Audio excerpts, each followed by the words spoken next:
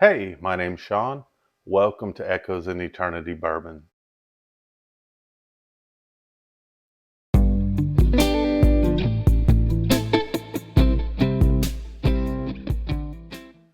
So today, a few things to unpack. First, we're going to be trying out this Traverse City Whiskey Company rye. This is a barrel strength rye. So letting it open up a little bit. Before I get into that, a couple of things to unpack. Tomorrow is the Alabama Bourbon Drop. I plan to be there in Auburn. Some really nice bottles going tomorrow, so I'll post something about that tomorrow. Hoping I get a couple really nice bottles. So we'll see how I do on that. But definitely looking forward to that. One of the best parts about the bourbon drops are you get to hang out with like-minded people that like bourbon, or like whiskey, or like rye or things like that. So I'm very excited about that. It also gives me a really neat opportunity to kind of do a social experiment. So if you can kind of see, I've got 4 12 packs of samples here. Um, I've already got 2 people that have volunteered to help me out with this. I have a feeling I'll be able to find a couple more tomorrow. These are all blind samples. They're just labeled A through L. Didn't give any kind of information on it. Gave them 5 questions, or what their thoughts are. First one is the blind rules. Rate on a scale of 1 to 10, 10 being the highest of each of these samples. There's spots for A through L on here. What do you when you sip on this? What are your thoughts? Is this a 2? Is this a 7? Just give that simple, what you would score that. Number 2, is it a rye dominant grain, or is it a whiskey, a corn dominant grain? So that's something there to look at. Now, none of these are wheat dominant. They may have wheat as a secondary grain, but there's no true wheats like maybe the Bernheim back here, which is a true wheat. So is it a rye or is it a whiskey, basically? Would you purchase this again? Would this be a bottle that you would be interested in purchasing again? If yes, at what price point? $0 to $39, $40 to $79. Then we had $80 to $119. And if greater than 120, what would you pay for it? Just to see if they like the whiskey, what price point would they pay on that whiskey? And then also additional thoughts. Was this something that you didn't really like? It wasn't in your wheelhouse, or this is something you'd actually probably try to search for, and then just kind of see some of the surprises through there. There are 3 whiskeys in here that didn't fit, that I'm not going to say I didn't like, but I wouldn't buy again.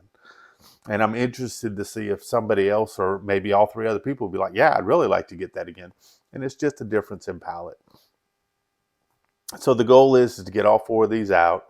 Have someone check maybe a couple a day, and then in a week or 2, or however long it takes for them to go through the samples, just send me a picture of what they thought on it, and that way I can kind of do a wrap up and then present. These are the bottles that went out for this a blind sampling, and here are your replies to those blind samples. I just think it would be pretty cool, because sometimes I learn a lot about people, what the different preferences they have. I know there's one guy there, he's definitely a big rye fan. There's some rye picks in here.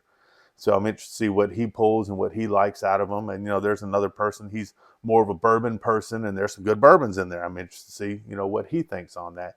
So I think it's a good opportunity to get some other people's perspective on things, which I like, because I may like stuff that you think is horrible, or you might think it's not that great, and vice versa. You may have some things that you reckon to me, and I'll be like, okay, it was okay. It just didn't set off bells or whistles for me, and that's cool, because everyone's palate's different on that. So the second part is today is I did a video about Memorial Day, and I said, hey, in the comments, put remembrance, and I'll pull some. What I'd like to do is give somebody a pour. Anything that they see up here that I have available. I don't care if it's a George T. Stagg, 13th Colony, Double Oak. I don't care.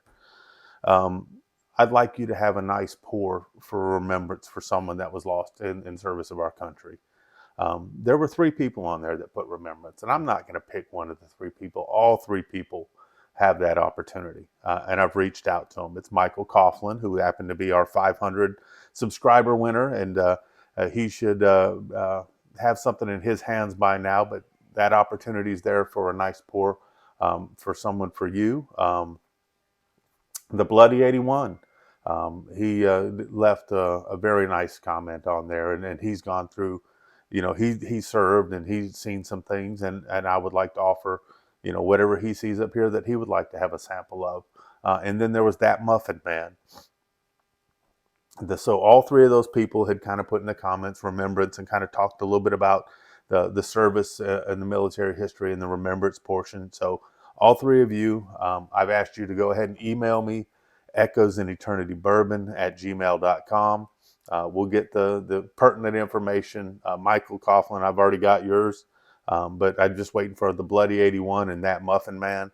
Tell me what pour you'd like, and make sure that it gets to you in time prior to Memorial Day for a Memorial Day remembrance drink. But thank you so much for that. Thank you all there out there that serve, and God bless all you that have lost people in service of our country. All that being said, now we're at the Traverse Whiskey Company, their barrel strength rye. Actually had a subscriber that was there today and was very excited about this. And this is, he was excited to think, what he could find. He's got a store pick in his area that he's going to pick up. He really enjoyed this while he was there.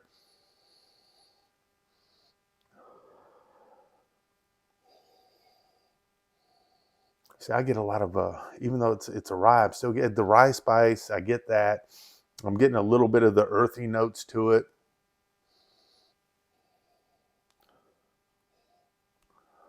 But I get like a burnt sugar to it as well. Let me give it a taste, see what we got.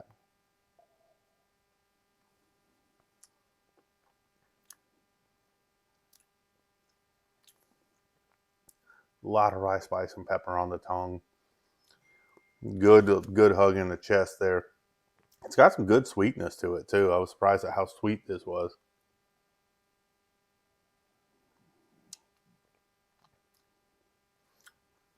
Second sip's a lot smoother. I'd say this is probably a medium finish, but you feel it from the front of the tongue all the way to the back of the palate. So it's got some good peppery and some good rye to this. I'm really enjoying the pour on this.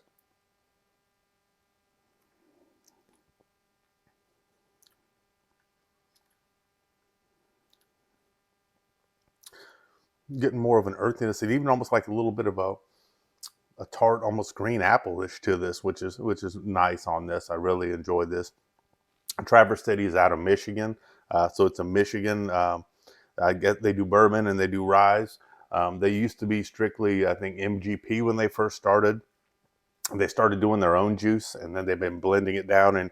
And I think they're at a portion where they're using 100% of their rye, and then they're also using a 95.5 of their mix with, I think, some of the MGP juice. So they've got a little tiny bit of MGP juice, but most of it's kind of flushed out of their system. They're basically going with their own juice now, which is neat. A lot of people love MGP, me included, but now they're using mostly all of their own juice. And I don't think that they've bought any more MGP for some period of time. And as that goes away, it'll be all of their juice going forward.